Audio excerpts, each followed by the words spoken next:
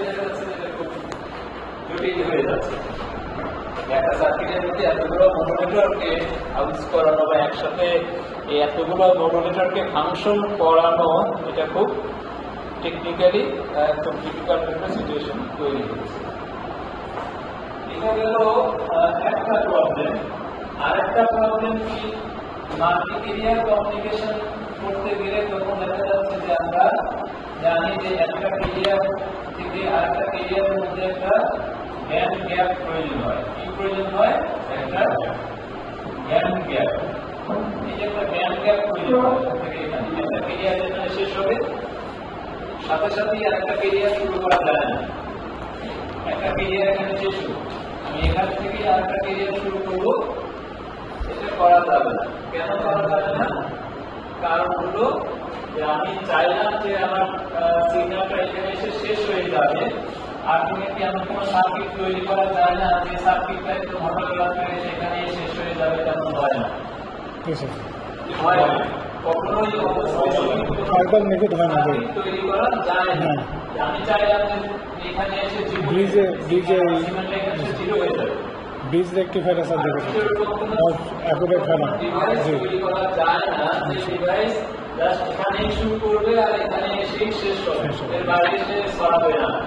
এখন এটা হচ্ছে সিগন্যাল ছড়ানোর বিষয়। আমি ট্রান্সমিট করবো আমার অ্যান্টেনা দিয়ে, ওই সিগন্যালটা তো অনেক বেশি পরিমাণে ডিসপারশন, যেটা বলে ডিসপারশন হবে, যার ফলে দেখা যাবে মানে এই সিগন্যালটা এখানে শেষ হওয়ার কথা ছিল, আপনি সেখানে শেষ না হয়ে পারে এখানে এসে শেষ হয়েছে।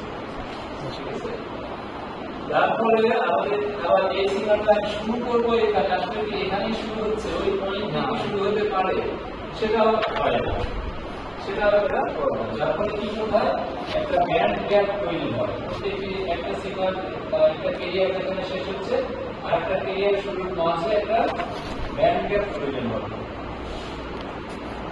এখন আমরা কি দেখছি যে একটা সিঙ্গেল একটা ক্যারিয়ার দিয়ে কমিউনিকেশন করছিলাম, একটা ক্যারিয়ারের মধ্যে তো আর কোনো ব্যান্ড গ্যাপ প্রয়োজন হয় না, এটা কিন্তু আমরা ওই সিগন্যালটাকে যখন ভেঙে এইটুকু আমরা নিলাম একটা ক্যারিয়ার, এইটুকু একটা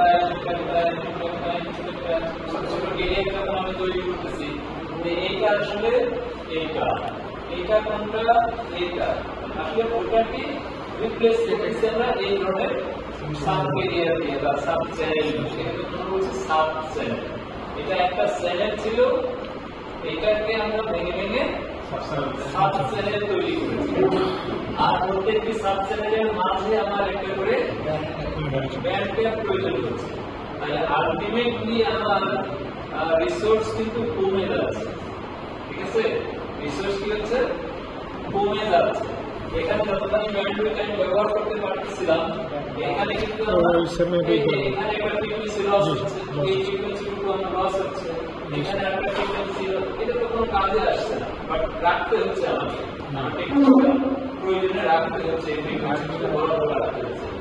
এটা দিয়ে কোনো সিগন্যাল ট্রান্সফার হচ্ছে না, বাট এমনি এটা ওয়েস্ট হচ্ছে। যার ফলে দেখা যাচ্ছে যে এখানে কিছু ব্যান্ডউইথের লস হচ্ছে। আর ব্যান্ডউইথটা কমিউনিকেশনের জন্য খুবই ইম্পর্টেন্ট, খুবই দামি, খুবই কস্টলি একটা আইটেম। ব্যান্ডউইথ হচ্ছে কমিউনিকেশনের জগতে অত্যন্ত কস্টলি একটা আইটেম। ঠিক আছে, ব্যান্ডউইথ কিনতে হয়, যারা এই কমার্শিয়াল কমিউনিকেশন করে তাদের ব্যান্ডউইথ কিনে নিতে হয় বাংলাদেশের সরকারের কাছে। এটা একটা সমস্যা, এখানে কিছু ব্যান্ডউইথ ওয়েস্ট হচ্ছে। আবার আমরা হচ্ছে অনেকগুলো মডুলেটরকে একই সাথে তৈরি করতে হচ্ছে, একসাথে একটা ফাংশন করানো লাগছে। Very difficult function. মানুষ সেটা নিয়ে গবেষণা